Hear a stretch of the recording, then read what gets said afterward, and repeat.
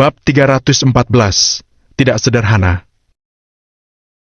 Ayah, aku tidak melakukan apa-apa. Tuan Rickman baru saja menelponku untuk menanyakan dari mana aku mendapatkan pedang itu. Ethan menggaruk kepalanya. Dia masih merasa gugup dan bingung. Boyce mengerutkan keningnya dan bertanya pada Ethan. Dari mana kamu mendapatkan pedang itu? Insting Boyce mengatakan bahwa sesuatu yang rumit dan serius pasti telah terjadi. Jika tidak, Bobby tidak mungkin akan begitu serius dengan hal ini. Aku mengambilnya dari seorang pengemis. Ethan melengos dan terbatuk-batuk sebelum dia akhirnya menjawab pertanyaan itu. Plak. Boyce berjalan ke Ethan dan kemudian menampar wajahnya. Katakan yang sebenarnya. Mendengus dingin, Boyce menatap Ethan dan kemudian membentaknya. Boyce yang paling mengenal Ethan. Boyce tahu bahwa Ethan sedang bertingkah aneh. Ayah, aku mengambil pedang dari keluarga Perkins. Apa kamu tahu, Sean? Sebelum Ethan menyelesaikan kalimatnya, Boyce melambaikan tangannya dan menyela Ethan. Boyce menatap ke depan dan menggumamkan teorinya. Keluarga Perkins. Oh, jadi itu yang sebenarnya terjadi. Aku mendengar bahwa Xavier Perkins pernah menjadi kaki tangan utama di sana. Pedang itu bisa jadi milik Angkatan Darat, kan? Kita memang tidak tahu dari mana pedang itu berasal, tapi Tuan Rickman pernah bekerja di militer sebagai senior, jadi kupikir dia pasti mengenali pedang itu. Sebenarnya, Boyce menyatukan potongan demi potongan itu untuk membuat teorinya, dan dia benar. Ethan terbatuk dan mendongak menatap Boyce untuk bertanya. Sepertinya itu saja. Ayah, apa aku perlu mengatakan yang sebenarnya pada Tuan Rickman? Apakah kamu benar-benar ingin mati? Kamu membohonginya berkali-kali tentang dari mana pedang itu berasal. Jika kamu mengubah teorimu sekarang, bukankah kamu mengatakan kepadanya bahwa kamu berbohong secara terang-terangan? Dengan latar belakang dan status Tuan Rickman, dia pasti akan membenci kita karena kamu sudah membohonginya berulang kali.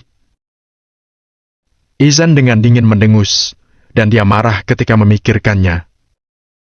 Pasukan Angkatan Darat selalu bersikap jujur dan tidak suka berbohong.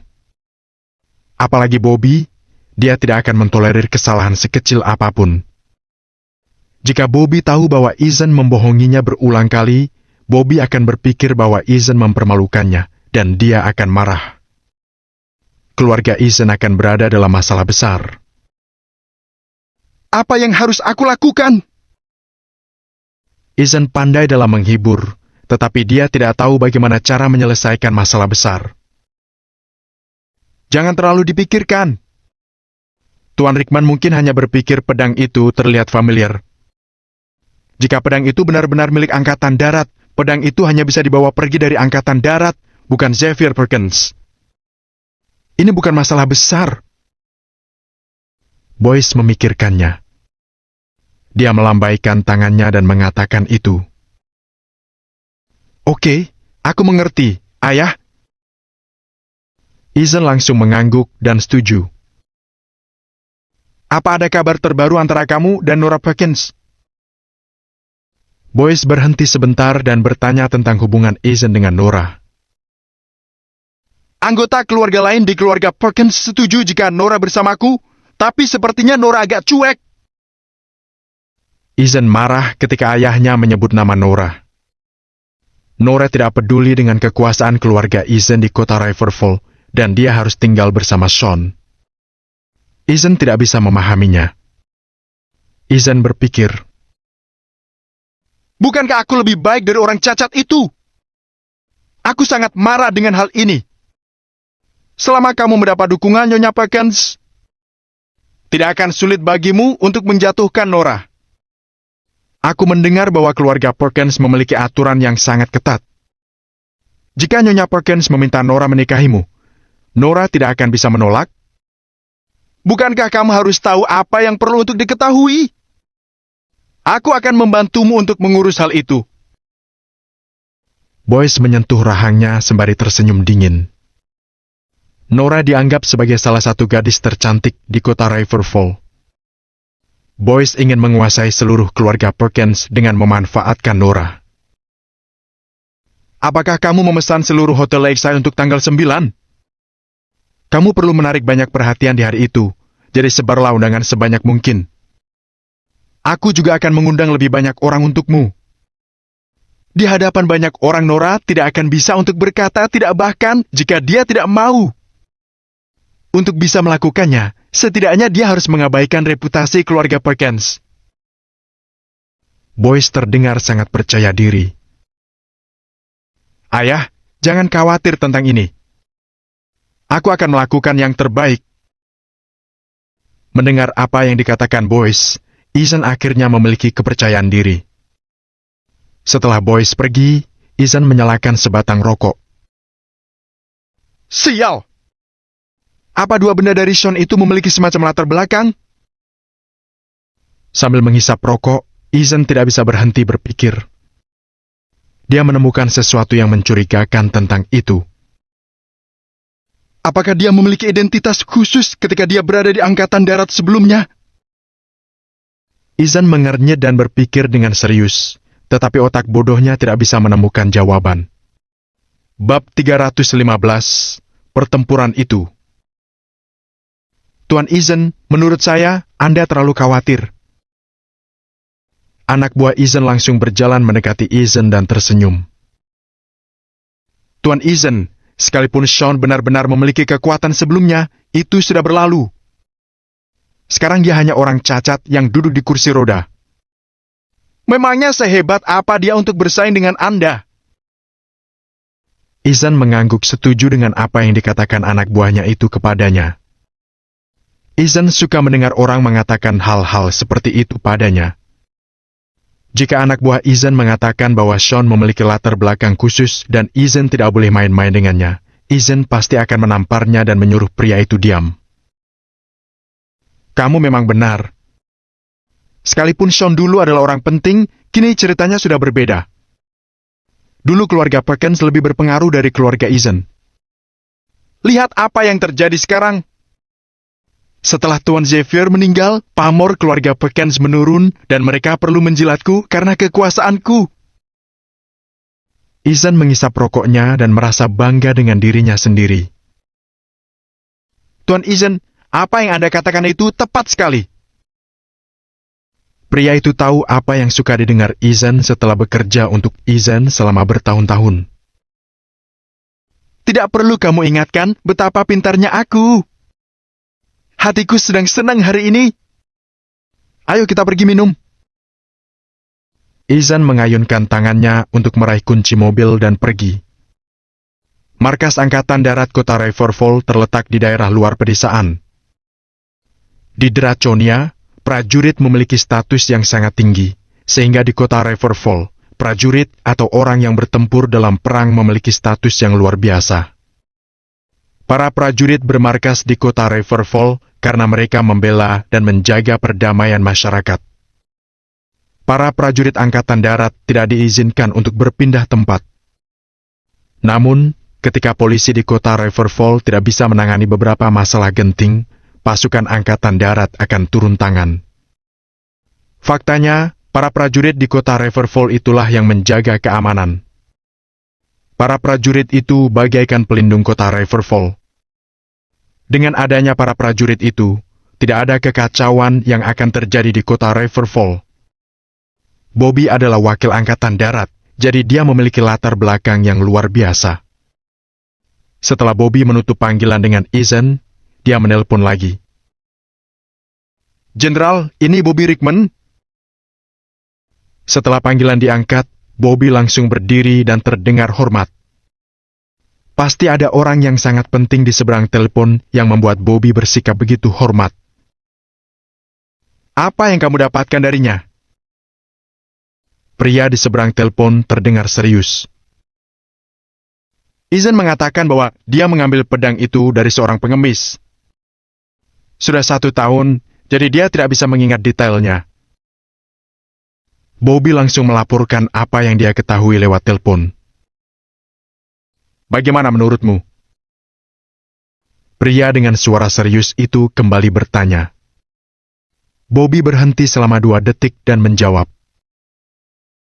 Jenderal, Aizen adalah pemuda yang tidak berguna. Tetapi keluarga Aizen seharusnya tidak punya nyali untuk membohongiku. Lelaki di seberang telepon hanya terdiam setelah mendengar ucapan Bobby. Bobby penasaran, jadi dia tidak bisa menahan diri untuk bertanya. Jenderal, apakah Anda yakin pedang itu milik Angkatan Darat? Bagaimana aku bisa yakin? Aku belum pernah melihat pedang semacam itu dengan mata kepalaku sendiri. Pria serius itu terdengar agak pasrah. Pria itu adalah sang jenderal, jadi statusnya sangat tinggi. Bahkan pria seperti Bobby yang menguasai seluruh kota perlu bersikap sopan padanya. Namun, pria itu tidak berada di posisi puncak Angkatan Darat, jadi dia tidak memiliki hak untuk mengurusi hal-hal tertentu. Itu hanya dugaanku saja. Pedang itu tampak seperti pedang yang dulunya milik seseorang. Pernahkah kamu mendengar tentang kekacauan di Angkatan Darat Westerners? Bobby mau tak mau mengerutkan kening saat mendengarnya. Bobby pernah mendengar tentang kekacauan itu sebelumnya. 2 tahun lalu, Angkatan Darat Westerners mengirim laporan kepada semua orang. Jenderal Lane bertempur bersama jutaan tentaranya dalam pertempuran. Mereka bertempur selama 1 bulan lebih, dan pertempuran menyebar ke banyak tempat. Banyak musuh yang tewas dalam pertempuran itu, dan mereka semua takut dan gentar. Mereka mundur kembali ke negara mereka sendiri. Semua orang tahu betapa kuatnya Draconia, dan semua prajurit bangga dengan negara dan diri mereka sendiri. Jadi, pertempuran itu layak dicatat dalam sejarah. Saat itu, kekacauan tiba-tiba terjadi di Angkatan Darat Westerners. Angkatan Darat Westerners sangat tegas, tapi mereka tiba-tiba bertindak begitu sembrono, dan begitulah kekacauan dimulai. Angkatan Darat tidak mematuhi instruksi dari kekuasaan yang lebih tinggi. Bobby yang menjaga kota tidak tahu apa yang terjadi. Mereka hanya tahu bahwa bahkan Yang Mulia muncul dan mengacaukan kendali.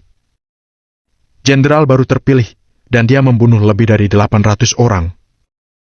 Setelah itu, gejolak itu akhirnya diselesaikan.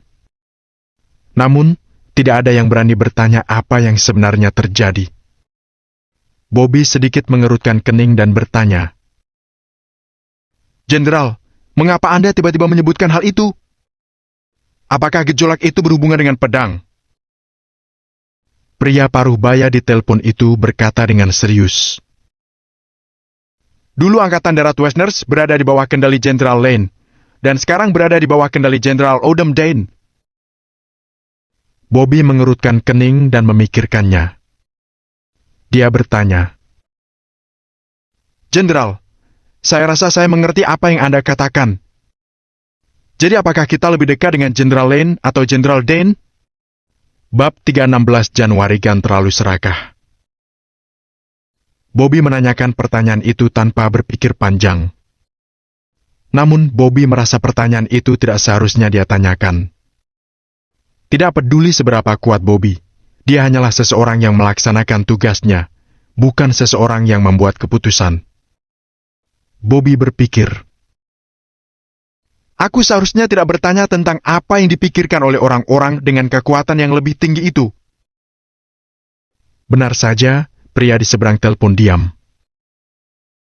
Jenderal, saya minta maaf. Bobby meminta maaf dan membungkuk. Benar. Saya akan memastikan masalah tentang pedang itu, dan saya akan menghubungi Anda lagi. Pria di seberang telepon mengangguk dan menutup telepon. Pada malam hari di rumah Nora, Nora duduk di meja makan dan berteriak. Bu, makan malam sudah siap. Sebentar. Nanti aku ke sana. Mei sedang duduk di ruang tamu. Dia baru saja menutup panggilan dan siap untuk berdiri. Namun, ponselnya berdering lagi saat itu. Halo, apakah ini Sandra? aku ada di rumah. Baiklah, tentu. Aku akan menanyakan pada Sean kapan dia punya waktu luang. Baik. May mengangkat panggilan itu dan menjawab. Setelah May dan yang lainnya pulang dari Istana Emas, May terus menerima panggilan telepon. Kerabat May terus menelpon May untuk menanyakan apakah mereka sudah sampai di rumah. May tersanjung dan terkejut dengan betapa bersemangatnya para kerabatnya itu. Ketika May baru saja menikah dengan salah satu anggota keluarga Perkins, mereka pernah menjilatnya, tapi itu tidak sebanding dengan sikap mereka sekarang. Setelah orang-orang dari keluarga Bernard mengetahui bahwa May tidak penting dalam keluarga Perkins, mereka mulai menjauhi May. Namun, hari ini, semua orang dari keluarga Bernard menjadi lebih patuh.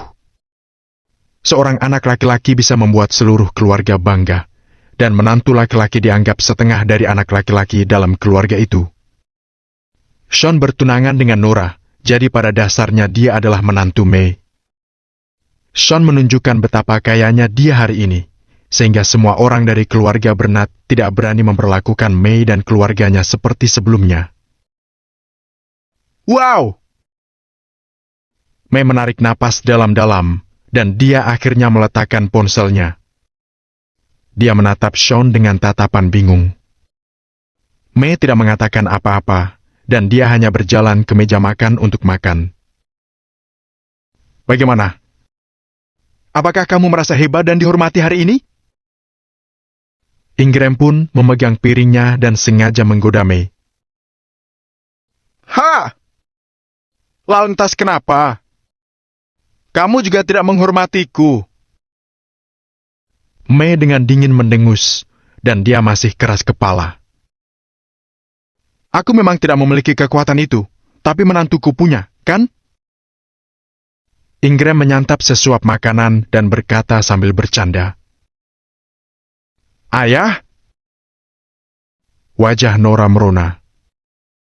Dia terus menunduk dan berkata, Kami belum menikah. Sean berhenti sebentar, dan dia terus saja makan tanpa mengatakan apa-apa. May perlahan berbalik dan menatap Sean. Biasanya, May akan menjawar telinga Ingram dan menyuruhnya diam. Namun, setelah apa yang terjadi hari ini, suasana hatinya sedang benar-benar baik. May berpura-pura tidak mendengar tentang pernikahan Nora dengan Sean. Nora, Sean, aku memang jarang bicara dengan kalian. Tapi aku ingin bertanya tentang pendapat kalian yang sebenarnya. Ingram menghabiskan anggurnya dan menatap Nora dan Sean dengan wajah agak memerah. Nora dan Sean mendengar apa yang dikatakan Ingram, jadi mereka meletakkan garpu dan sendok bersamaan. Apa yang kamu lakukan?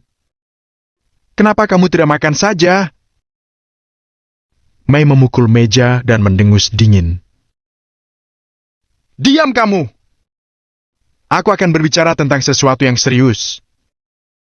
Kami sudah tinggal bersama selama 2 tahun. Kalian berdua pasti saling mengenal satu sama lain dengan sangat baik. Ingram berhenti dan menoleh pada May. Aku berpikir jika Nora dan Sean benar-benar saling mencintai, kurasa. Brak. Sebelum Ingram menyelesaikan apa yang ingin dikatakannya, May langsung melempar garpu ke atas meja. Coba saja! May menyela apa yang ingin dikatakan Ingram dengan agresif. Ada apa denganmu? Saat kamu ingin mobil, Sean membelikanmu mobil. Saat kamu ingin rumah, Sean membelikanmu sebuah mansion mahal. Bukankah itu cukup bagimu? Jangan terlalu serakah. Ingram agak mabuk, jadi dia mengutarakan pikirannya dengan agresif. May mendengus dingin dan menyebutkan taruhannya. Uang bukan segalanya dalam kehidupan ini. Aku tidak peduli apakah dia punya uang atau tidak. Dia setuju untuk bertaruh denganku. Tanggal 9, dia akan makan malam dengan Nora di Hotel Lakeside. Dia membuat janji, dan aku ingin melihat apakah dia bisa menang dari Ethan. Dalam hati Mei, Sean memiliki potensi dengan kekayaannya. Tapi dia tetap tidak sehebat Ethan. Mei berpikir, Sean mungkin punya sedikit uang, tapi Ethan punya lebih dari sekedar uang. Keluarga Ethan memiliki kekuasaan dan koneksi di kota Riverfall. Bahkan seluruh keluarga Perkins tidak berani memandang rendah Ethan dan keluarganya. Kekuasaan lebih penting daripada uang. Kecuali bila kekayaan Sean setara dengan kekayaan negara. Tapi itu tidak mungkin, kan? Bab 317. Canggung sekali. Ingram ingin mengatakan sesuatu, tetapi Sean lebih dulu berbicara. Sean menatap Nora dan berkata dengan tenang. Oke. Mari kita tunggu sampai tanggal 9. Nora juga menatap Sean dan perasaannya sedang kalut. Nora ingin mengatakan sesuatu, tetapi dia berada di antara Mei dan Sean. Jadi, dia tidak tahu harus berkata apa. Nora tahu banyak orang yang iri padanya karena dia terlahir dari keluarga Perkins. Namun, hanya Nora yang tahu bahwa banyak momen dalam hidupnya bukanlah dari hasil keputusannya sendiri. Makan saja. Mei melambaikan tangannya dan menolak untuk berbicara lagi. Mei akan menunggu sampai tanggal 9 dan melihat apa yang akan dilakukan Sean. Setelah makan malam, Sean sedang duduk di kamar dan dia sedang menjalani perawatan akupuntur seperti biasa. Sean tahu dengan kondisi kakinya saat ini, efek akupuntur sangatlah minim. Sean berpikir bahwa dia harus tetap mencobanya meskipun kesempatannya kecil sekali. Setidaknya dia telah mencoba. Setelah selesai, Sean menyimpan jarum akupuntur. Dia mengeluarkan ponselnya dan menelpon. Sean berpikir, Sandra dan Dylan sudah bersikap sangat baik hari ini. Aku tidak boleh keterlaluan demi Nora. Halo, Tuan Lane. Seseorang mengangkat panggilan itu dan orang itu adalah pengawas Dylan, kepala distrik Hamlin Lewis. Tuan Lane, tadinya saya akan menelpon Anda dan menanyakan kapan Anda memiliki waktu untuk memeriksa tubuh saya. Jika ada penyakit yang ditemukan, akan lebih baik mengobatinya lebih awal. Setelah Hamlin menerima telepon dari Sean, dia perlu mengobrol sedikit dengan Sean. Setelah mengobrol sebentar, Sean mulai membicarakan tujuannya menelpon. Kulit Dylan sepertinya lebih coklat belakangan ini. Mendengar itu, Hamlin tertegun dan mulai menebak apa yang Sean coba katakan. Saya juga menyadari hal itu. Bagaimana kalau saya memindahkannya kembali ke kantor? Hamlin terdiam beberapa detik dan bertanya dengan hati-hati. Tentu, kenapa tidak? Sean mengangguk dan Hamlin juga menyetujuinya. Hamlin berpikir, Dylan sebenarnya terampil. Sayangnya, dia bermain-main dengan Sean, jadi aku tidak bisa membiarkannya tetap tinggal di sini. Namun, jika Sean setuju untuk membiarkan Dylan kembali ke posisinya, itu tidak sulit bagiku. Setelah panggilan telepon, Sean membuka lemari di sisi tempat tidur. Di lemari itu, pakaian Sean tertata dengan rapi dan semua pakaiannya memiliki wangi deterjen. Jelas sekali Nora telah merawat Sean dengan sangat baik selama ini. Sean mengeluarkan 2 pakaian bersih dan menggerakkan kursi rodanya untuk meninggalkan kamar. Nora hanya membantu Sean untuk mencuci muka dan menggosok gigi, jadi Sean harus mandi sendiri. Di rumah Nora, hanya kamar utama Mei dan Ingram yang memiliki kamar mandi. Kamar mandi lain ada di luar, jadi Sean harus menggunakan kamar mandi itu. Lampu di ruang tamu menyala, tetapi di sana sangat sepi. Nora sengaja melakukan itu. Dia berpikir Sean akan kesulitan menyalakan lampu di malam hari. Nora selalu membiarkan lampu tetap menyala. Mereka semua pasti sudah tidur. Sean perlahan menggulirkan kursi rodanya. Dia memutar gagang pintu dan membukanya dengan pelan. Namun, ketika pintu dibuka, mata Sean terbelalak dan dia tertegun. seorang gadis tinggi dan langsing berada di kamar mandi yang punggungnya menghadap Sean. Gadis itu mencoba menggosok punggungnya. Gadis itu terus berusaha, tetapi dia tetap tidak bisa menggapainya. Sean hanya melihat punggungnya, tetapi dia tahu kalau perempuan itu adalah Nora. Sean terkejut saat ini. Punggung Nora menghadap Sean. Beberapa tetesan air menetes dari punggung kulit putihnya. Rambut ikal Nora yang basah menutupi bahunya. Apalagi, Nora memiliki tubuh yang sempurna dan seksi. Saat mandi, Nora terlihat jauh lebih cantik. Pada saat yang sama, Sean bisa mencium aroma susu dari sabun dan sampo. Oh, aku masih belum membersihkan punggungku. Nora ingin menggosok punggungnya sendiri, tetapi punggungnya tidak bisa dijangkaunya.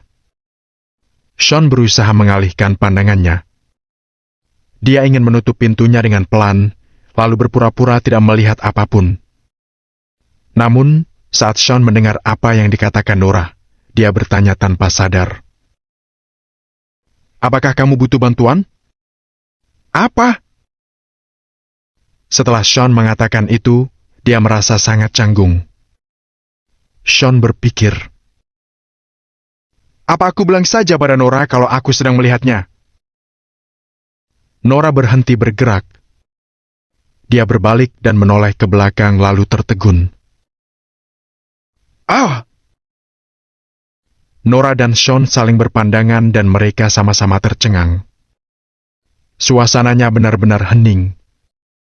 Tidak ada yang bersuara di kamar mandi itu. Setelah Nora dan Sean saling berpandangan selama beberapa detik, Sean mau tidak mau terangsang. Sean hanyalah seorang pria. Perlahan, Sean mulai terangsang. Nora sedang menghadap Sean.